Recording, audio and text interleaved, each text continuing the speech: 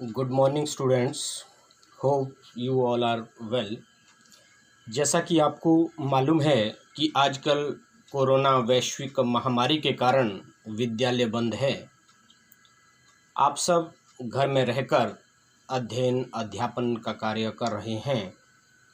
विशेषकर समाज शास्त्र के विद्यार्थी होने के नाते आपको सामाजिक जागरूकता के लिए भी कुछ प्रयास करने चाहिए।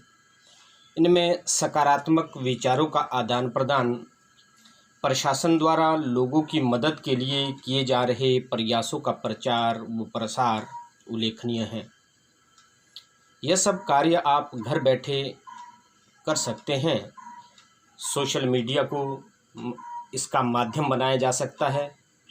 मुझे तो कहना यह है कि घर बैठे यदि आप अपने पाठ का अच्छी तरह से अध्ययन कर रहे हैं तो ये भी सामाजिक कार्य की दिशा में एक महत्वपूर्ण प्रयास है। ऑनलाइन टीचिंग के द्वारा पिछले 3 सप्ताह में हम भारतीय समाज के 3 अध्यायों का विशद विवेचन कर चुके हैं। अभी भी किसी तरह की यदि आपको समस्या है तो अपने शिक्षकों से संपर्क कर सकते हैं। इस बात का विशेष ध्यान रखना कि जब कोई समस्या समाज में आती है तो हमें उसके समाधान में जीवन जीने के नए तरीके ढूंढने पड़ते हैं। ऐसे ही हम धीरे धीरे समस्या से निजात पाते हैं। इसी संदर्भ में आपकी ये ऑनलाइन टीचिंग एक महत्वपूर्ण प्रयास है। हमें आशा ही नहीं बल्कि पूर्ण विश्वास है कि आप इसमें अपनी महत्वपूर्ण भूमिका निभाएंगे। जैसा कि आप जानते हैं कि 12वीं कक्षा आपके जीवन का आधार है, अतः पूरी निष्ठा के साथ अपने अध्यापकों के द्वारा दिए गए निर्देशों के अनुसार अध्ययन करें। इस सप्ताह हम समाजशास्त्र की दूसरी पुस्तक भारत में सामाजिक परिवर्तन एवं विकास का पहला अध्याय स्ट्रक्चरल चेंज यानी संरचनात्मक परिवर्तन का अध्ययन करेंगे। हिंदी माध्यम के बच्चों की मांग पर यह अध्याय प्रस्तुत किया जा रहा है। वस्तुतः मानव समाज में लगातार परिवर्तन होता रहता है। किसी भी देश का इतिहास एक जैसा नहीं रहता। परिवर्तन की प्रक्रिया सार्वभौमिक है। सामाजिक प्रगति के लिए परिवर्तन आवश्यक है। नई नई विचारधाराएं अपनाई जाती है। औद्योगिकीकरण, नगरीकरण, पश्चिमीकरण, यातायात व संचार वाहन के साधनों का विकास, नए नए आविष्कार आदि के कारण सामाजिक जीवन के प्रत्येक पक्ष में परिवर्तन दिखलाई पड़ता है। परिवर्तन जीवन का मूल मंत्र भी है। जीवन के स्वीकृत ढंग में जब संशोधन होने लगता है तब उसे सामाजिक परिवर्तन कहते हैं। ये परिवर्तन भले ही भौगोलिक परिस्थितियों में परिवर्तन के कारण हुए हो या सांस्कृतिक साधनों, जनसंख्या की संरचना या विचारों में परिवर्तन के परिणाम स्वरूप हुए हो, अथवा चाहे वह समूह में प्रसारण या आविष्कार के कारण हुए हो। ये कहना है गिलेन एंड गिलेन का। जॉनसन सामाजिक परिवर्तन के विषय में कहते हैं, सामाजिक परिवर्तन से अर्थ सामाजिक ढांचे में परिवर्तन से है। सामाजिक परिवर्तन की कुछ विशेषताएं जिसके द्वारा हम इसको अच्छी तरह से समझ सकते हैं। सामाजिक परिवर्तन सार्वभौमिक है। Social change is universal.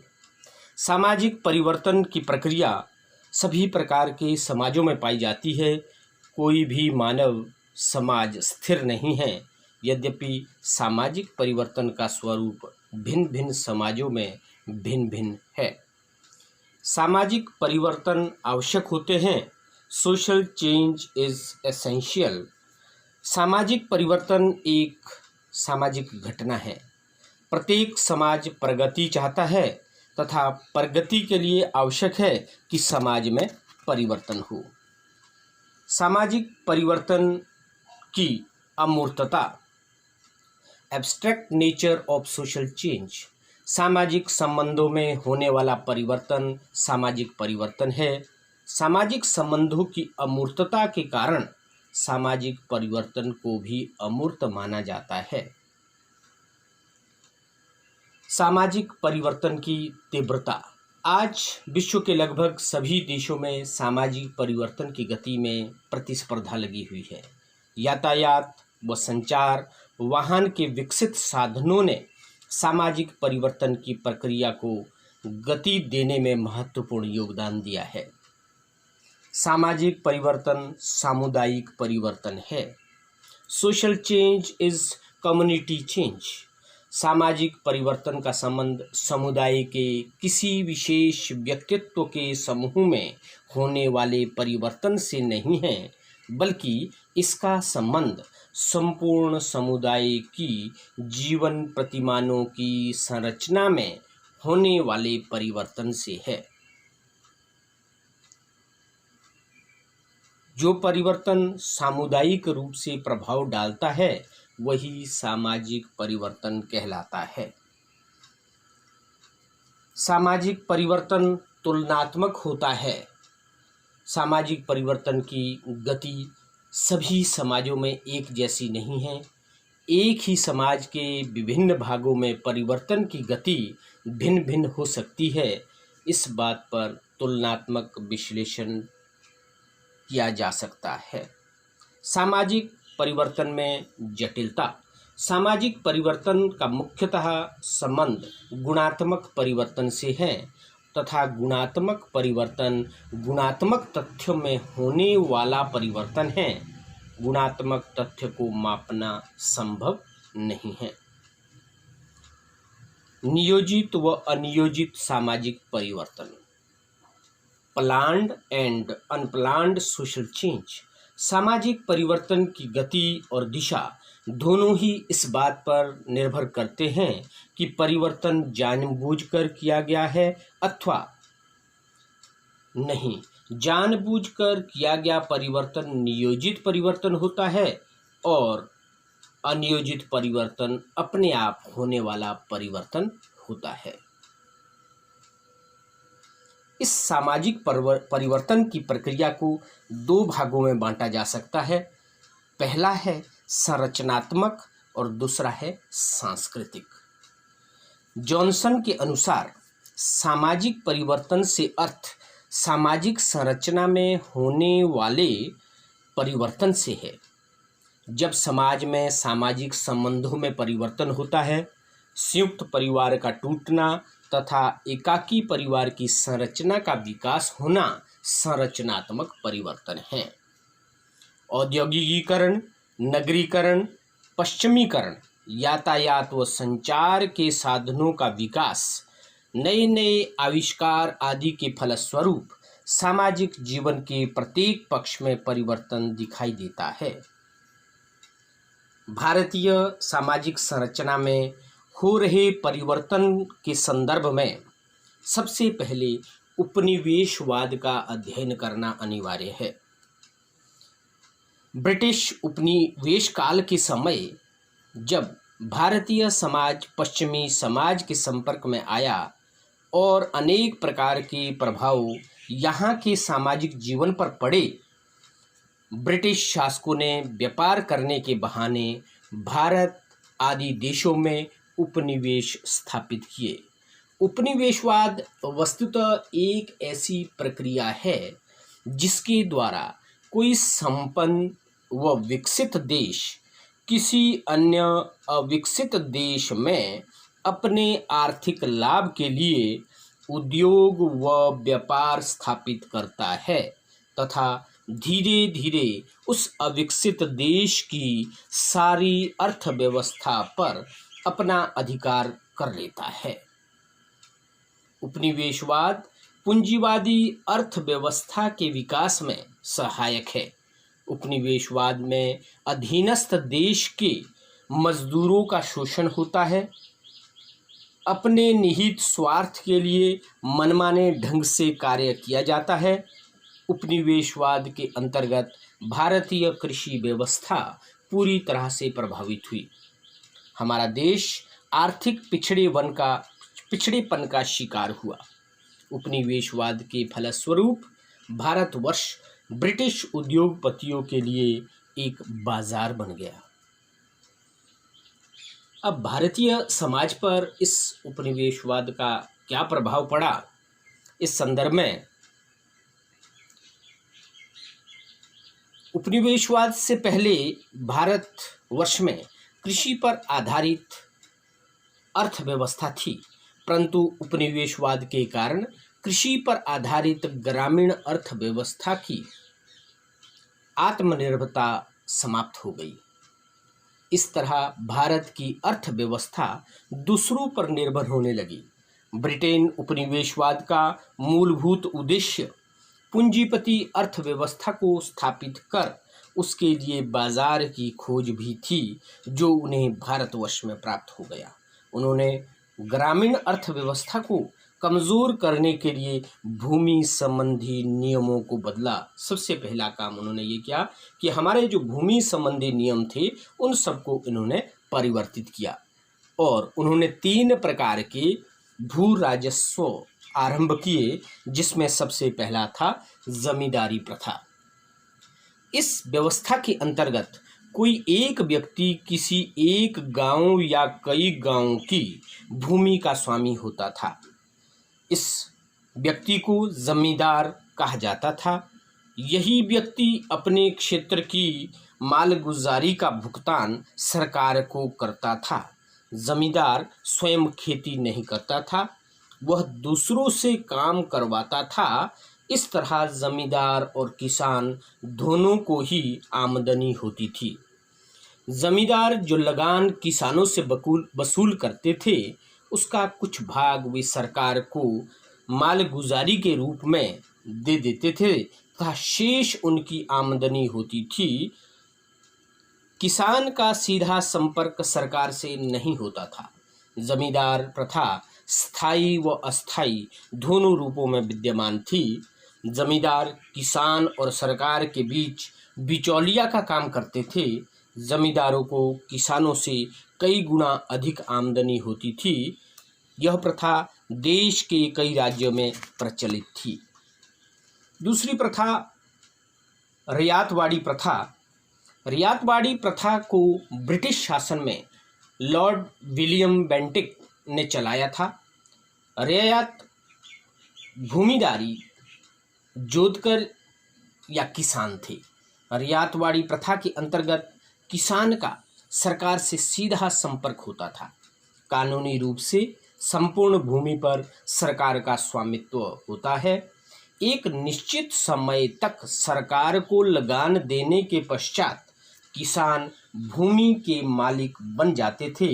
लगान ना देने की स्थिति में सरकार उसे भूमि से बेदखल करके उस भूमि को किसी अन्य व्यक्ति को दे सकती थी। तीसरा जो सुधार राजस्व में उन्होंने किया वो था महलवाड़ी प्रथा।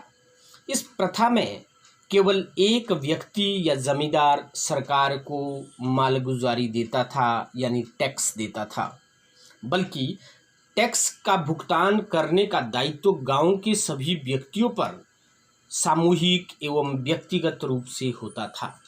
महलवाड़ी प्रथा में जमींदार प्रथा की तरह किसान का सरकार के मध्य सीधा संबंध नहीं होता था।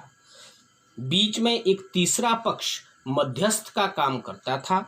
महलवाड़ी में कर का निर्धारण एक निश्चित समय के लिए किया जाता है। इन व्यवस्थाओं के कारण ग्रामीण क्षेत्र में जमींदार वर्ग एक शोषक वर्ग के रूप में उभरा। इस वर्ग ने किसानों को आर्थिक, सामाजिक व शारीरिक कष्ट पहुंचाया। अंग्रेजों ने इन व्यवस्थाओं के माध्यम से कृषि उत्पादन पर अपना पूरा नियंत्रण बना लिया। भारतीय परंपरागत कृषि प्रणाली को पूर्ण रूप से बदल दिया। अगला जो परिवर्तन इन्होंने किया वो था ग्रामीण व लघु उद्योगों का विघटन, disorganisation of village and small scale industries. उपनिवेशवाद के कारण भारतीय ग्रामीण व लघु उद्योग बुरी तरह से प्रभावित हुए। ब्रिटिश शासन ने अपने ब्रिटिश उद्योगपतियों को कच्चा माल उपलब्ध करवाया तथा छोटे ग्रामीण कारीगर इस कच्चे माल को पाने के लिए तरसते थे। ऊन व रेशम से बने उत्पादन को सबसे अधिक हानि पहुंची। भारतीय ग्रामीण कामगारों को बनी हुई वस्तुओं के लिए जो बाजार थे, अब उन पर ब्रिटिश उद्योगपतियों ने कब्जा कर लिया। अगला जो प्रभाव पड़ा वो था पूंजीवाद का उदय, एमर्जेंस ऑफ कैपिटलिज्म। पूंजीवाद एक अर्थव्यवस्था है। उपनिवेशवाद की अवधि में भारत की विश्व पूंजीवादी अर्थव्यवस्था से अधिक जुड़ने की शुरुआत हुई। पूंजीवादी अर्थव्यवस्था में निजी स्वामित्व का बोलबाला होता है। पूंजीवाद के प्रसार के कारण संपत्ति और संसाधनों को इकट्ठा करने की होड़ लग गई। ऐसे संयंत्र स्थापित किए गए जिससे कि बड़े बड़े पैमाने पर उत्पादन हो सके। भारतीय समाज व जनजीवन के हर क्षेत्र पर पूंजीवाद का गहरा प्रभाव देखने को मिलता है। वर्तमान में पूंजीवाद एक शक्तिशाली अर्थव्यवस्था है। अगला जो परिवर्तन है वो है आवागमन को बढ़ाना। उपनिवेशवाद ने भारतवर्ष में लोगों के एक स्थान से दूसरे स्थान पर आने जाने को बढ़ावा दिया। लोगों के एक स्थान से दूसरे स्थान पर आने जाने का फरमान जारी किया गया। लोगों में दूसरे स्थानों पर जाकर रहने की प्रवृत्ति को बढ़ावा मिला। अंग्रेजी शिक्षा पाकर बहुत से भारतीय विदेशों में जाकर बस गए। बिहार के अनेकों लोग असम के चाय बागानों में काम करने के लिए चले गए और वहीं जाकर स्थायी रूप से रहने लगे। भारतीय बाजारों पर भी इसका बहुत बड़ा प्रभाव पड़ा।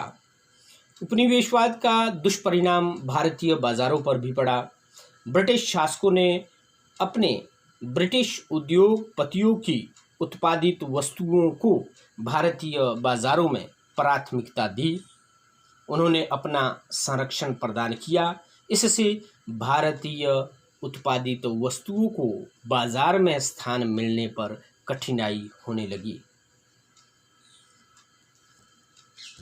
ये था उपनिवेशवाद और उपनिवेशवाद का भारत देश पर प्रभाव। इसके बाद इस अध्याय में औद्योगिकीकरण का एक महत्वपूर्ण स्थान है और ये औद्योगिकीकरण इस अध्याय का एक महत्वपूर्ण विषय है। औद्योगिकीकरण वर्तमान समय की एक महत्वपूर्ण आर्थिक प्रक्रिया है। औद्योगिकीकरण आधुनिकता का आधार है। आधुनिक युग में कोई भी राष्ट्र औद्योगिकीकरण की उपेक्षा नहीं कर सकता। औद्योगिकीकरण के कारण ही हमारे देश में व्यापार और वाणिज्य में अभूतपूर्व विकास हो रहा है। औद्योगिकीकरण का प्रारंभ अंग्रेजों के समय से हुआ और तभी से यह प्रक्रिया निरंतर तीव्र होती रही है। औद्योगिकीकरण एक ऐसी आर्थिक प्रक्रिया है जिसमें उत्पादन पारिवारिक स्तर से आगे निकलकर कारखानों तक पहुंच जाता है तथा उत्पादन बड़े स्तर पर आरंभ हो जाता है। ऐसी स्थिति में उत्पादन बड़े पैमाने पर होने लगता है। औद्योगिकीकरण एक आर्थिक प्रक्रिया है तथा इसका संबंध उत्पादन की प्रक्रिया से है। औद्योगिकीकरण में उत्पादन हाथों के स्थान पर मशीनों से होता है। औद्योगिकीकरण में पेट्रोल, जल विद्युत, कोयला, डीजल, परमाणु शक्ति आदि का प्रयोग उत्पादन में किया जाता है। औद्योगिकीकरण में उत्पादन में श्रम विभाजन तथा विशेषीकरण पाया जाता है। औद्योगिकीकरण में प्राकृतिक साधनों का अधिक से अधिक लाभ उठाने का प्रयास किया जाता है। औद्योगिकीकरण में उत्पादन में वैज्ञानिक व तकनीकों का प्रयोग किया जाता है। औद्योगिकीकरण में सामाजिक परिवर्तन रहता है। औद्योगिकीकरण के फलस्वरूप समाज में वर्ग व्यवस्था का जन्म भी होता है। अब बात करते हैं औद्योगिकीकरण के भारतीय समाज पर पड़ने वाले प्रभावों की। औद्योगिकीकरण से हमारे देश पर क्या प्रभाव पड़ा, इसमें सबसे जो मुख्य बातें हैं उन पर हम चर्चा करते हैं। सबसे पहले पूंजीवादी अर्थव्यवस्था का उदय, ओरिजिन ऑफ कैपिटलिस्टिक इकोनॉमी।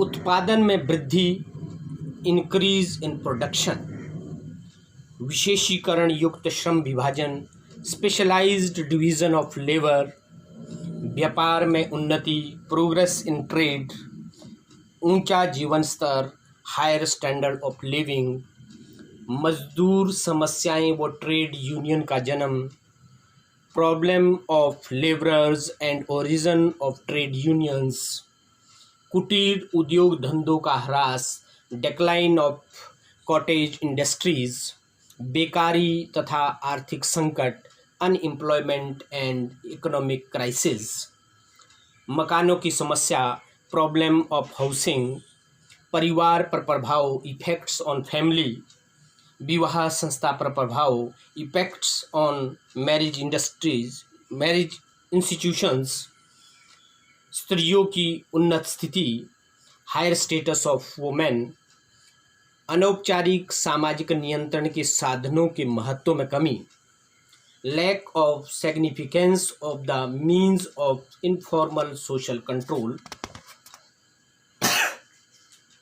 सामाजिक विघटन एवं अपराध, क्राइम एंड सोशल डिसऑर्गेनाइजेशन, आर्थिक प्रतिस्पर्धा, इकोनॉमिक कंपटीशन, दुर्घटनाओं में बढ़ोतरी, इंक्रीज इन एक्सीडेंट्स, बैंक व्यवस्था व बीमा का जन्म, origin of bank system and insurance, जाति व्यवस्था का प्रभाव, इफेक्ट्स ऑन कास्ट सिस्टम, ग्रामीण जीवन पर प्रभाव, इफेक्ट्स ऑन विलेज लाइफ, स्वास्थ्य की समस्याएं, प्रॉब्लम ऑफ हेल्थ, धार्मिक जीवन पर प्रभाव, इफेक्ट्स ऑन रिलीजियस लाइफ, व्यापारिक मनोरंजन, कॉमर्शलाइज्ड रिक्रिएशंस।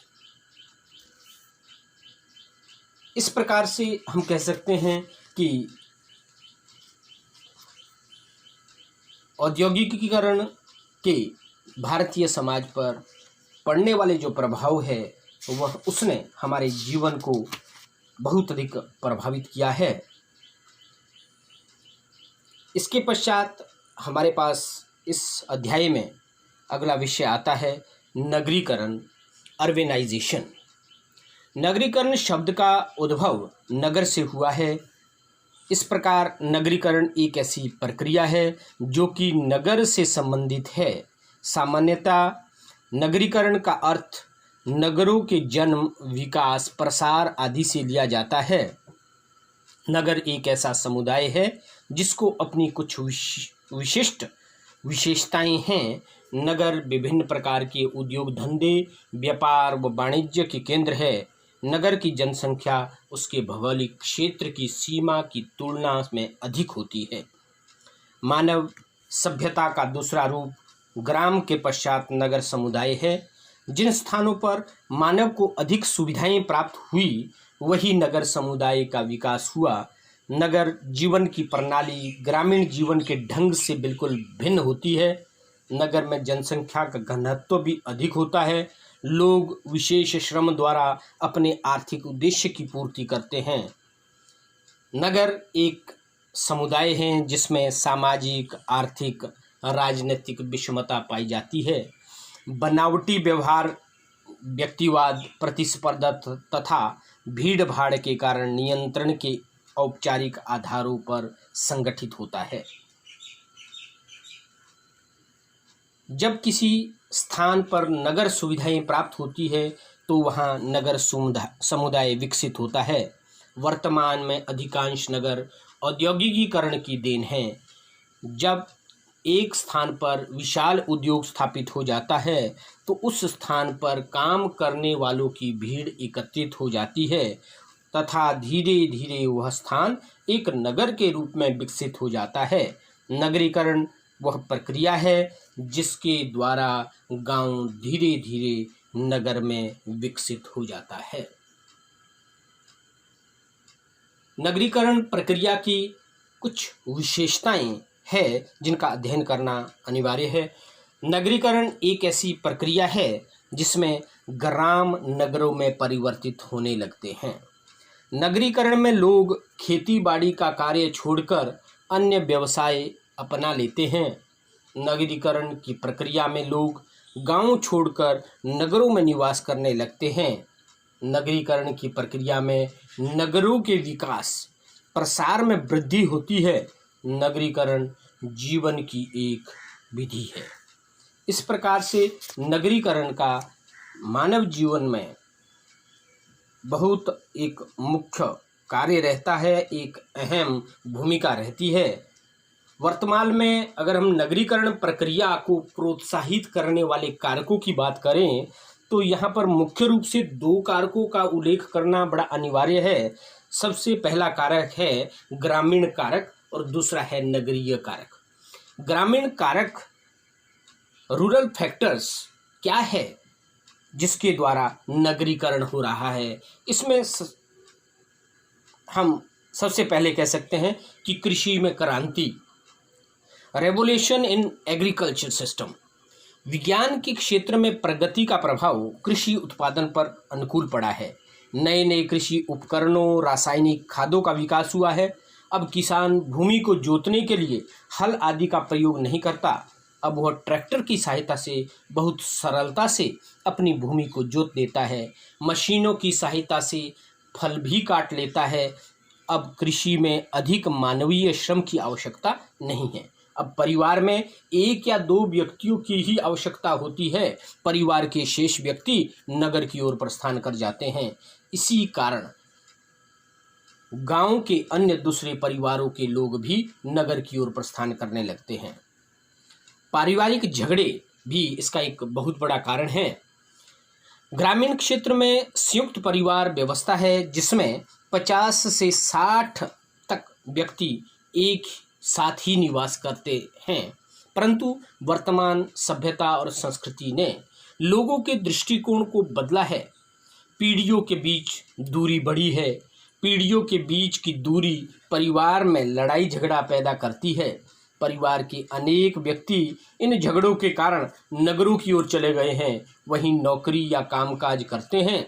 थोड़े समय के पश्चात अपनी पत्नी व बच्चों को भी बुला लेते हैं। इस तरह से नगर में जनसंख्या में वृद्धि होती रहती है। कृषि भूमि पर बढ़ता दबाव। परिवार के सदस्य की संख्या बढ़ती जा रही है, परंतु परिवार की कृषि भूमि की सीमा जैसी 100 वर्ष पहले थी वही आज भी है। इस तरह से भूमि पर निर्भर रहने वाले सदस्यों की संख्या बढ़ती जा रही है। ऐसी स्थिति में परिवार के लोग नगरों की ओर पलायन कर रहे हैं। वहाँ वे मजदूरी, व्यवसाय या नौकरी करके अपनी व अपने परिवार की आवश्यकताओं की पूर्ति करते हैं। जहाँ नौकरी करते हैं वहीं अपने परिवार को भी अपने साथ रखते हैं। इस प्रकार नगर में जनसंख्या में वृद्धि होती रहती है। यातायात के साधन भी एक बहुत बड़ा कारक है। जिन भौगोलिक क्षेत्रों में यातायात के अधिक साधन उपलब्ध होते हैं, ऐसे स्थान धीरे धीरे व्यापार, उद्योग धंधे, मनोरंजन, शिक्षा आदि के केंद्र बन जाते हैं, फिर नगर के रूप में विकसित हो जाते हैं। छोटे छोटे नगर इन्हीं के आधार पर बड़े बड़े नगरों में परिवर्तित हो जाते हैं। कच्चे माल का मिलना। जिन स्थानों पर उत्पादन के लिए कच्चा माल आसानी से उपलब्ध होता है तो वहीं पर औद्योगिक केंद्र स्थापित हो जाते हैं। धीरे धीरे यही औद्योगिक केंद्र नगरों के रूप में विकसित हो जाते हैं।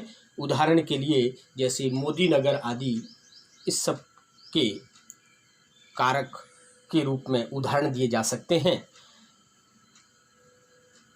नगरीकरण की प्रक्रिया में कुछ नगरीय कारक भी है जिनकी महत्वपूर्ण भूमिका है, जैसे नगरीय सुविधाएं। नगर में मिलने वाली सुविधाएं गांव के लोगों को अपनी ओर आकर्षित करती है। इससे नगरों की जनसंख्या में वृद्धि होती है। इसके अतिरिक्त जिन स्थानों पर नगरीय सुविधाएं लोगों को उपलब्ध हो जाती है वे स्थान नगरों के रूप में विकसित हो जाते हैं। शिक्षा, मनोरंजन, चिकित्सा आदि की सुविधा नागरिक सुविधाएं हैं। व्यापार व वाणिज्य भी एक बहुत बड़ा कारण है। ऐसे स्थान जहां व्यापार व वाणिज्य संबंधी अतिरिक्त सुविधाएं उपलब्ध होती है तो ऐसे स्थान नगर में विकसित हो जाते हैं। जिन छोटे नगरों में व्यापार और वाणिज्य संबंधी सुविधाएं प्रचुर मात्रा में देखने को मिलती है, वहां छोटा नगर एक बड़े नगर में परिवर्तित हो जाता है। राजनीतिक कारक। जो स्थान या छोटे नगर राजनीतिक गतिविधियों के केंद्र बन जाते हैं वे स्थान भी नगर में विकसित हो जाते हैं तथा एक छोटा नगर बड़े नगर में विकसित हो जाता है। देश व राज्य की राजधानियां राजनीतिक गतिविधियों का केंद्र होती है तो वहां पर दूर दराज के आवासीय राजनेता बस जाते हैं। इस तरह के स्थानों की जनसंख्या में वृद्धि होती है। आर्थिक सुरक्षा की भावना। जहां पर व्यक्ति की जीविकोपार्जन के लिए सरल साधन उपलब्ध हो, जहां पर व्यक्ति का अर्जित किया हुआ धन सुरक्षित रखने के लिए बैंक या डाकघर आदि सुविधाएं उपलब्ध हो, वहां पर जनसंख्या में वृद्धि होती है तथा नए नगरों का विकास भी होता है। एक मनोवैज्ञानिक कारण भी इसका बहुत बड़ा कारक है। नगरों के विकास व नगर की जनसंख्या वृद्धि में मनोवैज्ञानिक कारक भी अपना योगदान देते हैं। नगरों की ओर अनेक व्यक्ति वहां के जीवन से आकर्षित होकर प्रस्थान करते हैं। नगर जीवन की चमक दमक उन्हें अपनी ओर आकर्षित करती है। ये बहुत सारे कारण हैं जिसके द्वारा हम देख सकते हैं कि नगरीकरण में इन कारकों की बहुत बड़ी भूमिका होती है। कारक चाहे वो ग्रामीण हो चाहे नगरीय हो, लेकिन कहीं ना कहीं इनका योगदान रहता है कि नगरीकरण के पीछे ये अपने आप में बहुत बड़ी भूमिका निभाते हैं। ये नगरीकरण का जो जीवन है इसका प्रभाव क्या पड़ता है समाज पर। सबसे पहला इसका जो प्रभाव है वो है सामाजिक गतिशीलता में वृद्धि होती है। सामाजिक व सांस्कृतिक संबंधों का विस्तार होता है, क्योंकि नगरीकरण के फलस्वरूप लोगों में सामाजिक और सांस्कृतिक संबंधों का क्षेत्र बढ़ता जाता है। नगर में जो सुविधाएं लोगों को प्राप्त होती है उन्हें देखने व उनका लुत्फ उठाने के लिए दूसरे क्षेत्रों व नगरों के लोग आते हैं। कभी कभी वे स्थायी रूप से वहीं रहने लगते हैं। नगर में अलग धर्म, प्रजाति, संस्कृति के लोग रहते हैं। वे आपस में एक दूसरे के संपर्क में आते हैं। व्यक्ति को एक दूसरे की संस्कृति, धर्म आदि से परिचित होने का अवसर भी मिलता है। और एक बहुत बड़ा प्रभाव उच्च व तकनीकी शिक्षा। नगरीकरण की प्रक्रिया का यह सकारात्मक प्रभाव है जो कि अब लोगों को उच्च शिक्षा व तकनीकी शिक्षा प्राप्त करने के लिए दूसरे स्थानों पर ले जाने की आवश्यकता नहीं है। नगर के लोग अपेक्षाकृत पढ़े लिखे होते हैं। अब लोग अपने बच्चों को भी उचित व तकनीकी शिक्षा के पक्षधर है। सरकार भी उच्च शिक्षा व तकनीकी शिक्षा देने की सुविधाओं का प्रसार व विस्तार कर रही है। इन्हीं सुविधाओं के कारण नगरों का महत्व बढ़ता जा रहा है। व्यापार व वाणिज्य का विस्तार। नगरीकरण की प्रक्रिया के कारण व्यापार व वाणिज्य का विस्तार हो रहा है। एक नगर का दूसरे नगर के साथ व्यापार व लेन देन बढ़ता जा रहा है। एक नगर की उत्पादित वस्तुएं दूसरे नगर में भेजी जाती है। नगरीकरण के कारण नए नए बाजार, शॉपिंग मॉल आदि का जन्म व विकास हो रहा है। यातायात व संचार वाहन की उत्तम सुविधाओं में वृद्धि। औद्योगिकीकरण के कारण उत्पादन बढ़ा है। उत्पादित वस्तुओं को एक स्थान पर भेजने के लिए तीव्रगामी यातायात साधनों की आवश्यकता महसूस की गई है। यातायात के साधनों का जाल बिछ गया है। नगर समुदाय की परिस्थितियाँ मांग करती है कि यातायात व संचार वाहन के साधनों का विस्तार किया जाए। नगरीकरण की प्रक्रिया के साथ साथ टेलीफोन, डाकघर, कुरियर सर्विसेज, इंटरनेट, बस, टैक्सी आदि का भी विकास होता जा रहा है। बेकारी नगरीकरण के कारण नगरों में जनसंख्या में तीव्रता हो रही है। औद्योगिकीकरण ने जहां नए व्यवसाय को जन्म दिया है, वहीं दूसरी ओर मशीनों के उपयोग के कारण मानवीय श्रम पर निर्भरता को कम कर दिया है। कंप्यूटर के आविष्कार ने तो मानवीय श्रम की आवश्यकता को बहुत ही कम कर दिया है। नगर में इतनी नौकरियां उपलब्ध नहीं कि सभी नगरवासियों को नौकरी दी जा सकी। इस तरह बहुत से व्यक्ति बेकार हो जाते हैं। अनेक बार अधिक उत्पादन होने पर कारखाने भी बंद हो जाते हैं, क्योंकि माल बाज़ारों में भर गया। इससे उस उद्योग में लगे लोग बेकार हो जाते हैं। एक बहुत बड़ी समस्या जो पैदा होती है, नगरीकरण का जो बहुत बड़ा दुष्प्रभाव है, वो है मकानों की समस्या। नगरीकरण की प्रक्रिया ने नगरों में मकानों की समस्या पैदा कर दी है। नगरों में जनसंख्या की वृद्धि जिस गति से हो रही है, उस गति से मकानों का निर्माण नहीं हो रहा। नगरों में हवा व रोशनी वाले निवास स्थानों का अभाव रहता है। मकान का किराया अधिक होने के कारण कई व्यक्ति मिलकर एक कमरे में रहने लगते हैं। नगर की सीमा पर गंदी बस्तियों का विकास होता जा रहा है। दुर्घटनाओं में वृद्धि, नगरों में अधिक भीड़भाड़ बढ़ती जा रही है। सड़कें उतनी चौड़ी नहीं हैं कि बढ़ते हुए ट्रैफिक का बोझ संभाल सके। आए दिन बड़े बड़े नगरों में हम दुर्घटनाओं के समाचार सुनते रहते हैं। औपचारिक सामाजिक नियंत्रण का महत्व, नगरीकरण की प्रक्रिया ने प्रथाओं, परंपराओं, धर्म आदि के महत्व को कम कर दिया है। ये सामाजिक नियंत्रण के अनौपचारिक साधन नगरवासियों के व्यवहारों को नियंत्रित व नियमित करने में सक्षम नहीं हैं। इनके स्थान पर औपचारिक सामाजिक नियंत्रण का महत्व बढ़ता जा रहा है। अब कानून, पुलिस, प्रचार, जनमत शिक्षा आदि सामाजिक नियंत्रण के शक्तिशाली साधन बन गए हैं। व्यक्तिवाद को प्रोत्साहन, नगरीकरण ने व्यक्तिवाद को बहुत बड़ा प्रोत्साहन दिया है। व्यक्तिवाद व्यक्ति की स्वतंत्रता पर जोर देता है। व्यक्ति अपने जीवन में किसी भी तरह का हस्तक्षेप पसंद नहीं करता, परंतु नियंत्रण के अभाव में व्यक्ति में अनेक बीमारियां जन्म ले रही है। परिवार की संरचना में भी परिवर्तन हो रहा है।